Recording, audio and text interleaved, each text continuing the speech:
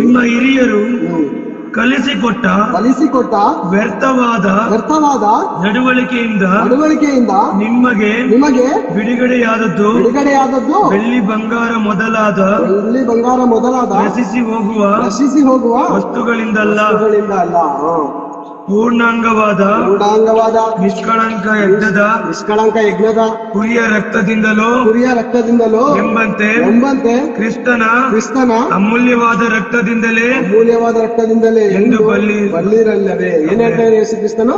ಅಮೂಲ್ಯವಾದ ರಕ್ತ ಇದು, ಜುಜುಬಿ ರಕ್ತ ಅಲ್ಲ. ಈ ಕುರಿ ಕೋಳಿಂದ ಬರುವಂತ ರಕ್ತದ ಆಯ್ತಲ್ಲ, ಆ ರಕ್ತ ಅಲ್ಲ ಇದು.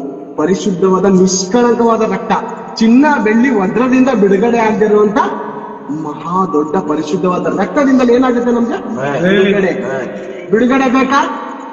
ನಿಜವಾಗ್ಲು ಪ್ರತಿಯೊಂದು ಜನಾಂಗದವರು ತನ್ನನ್ನು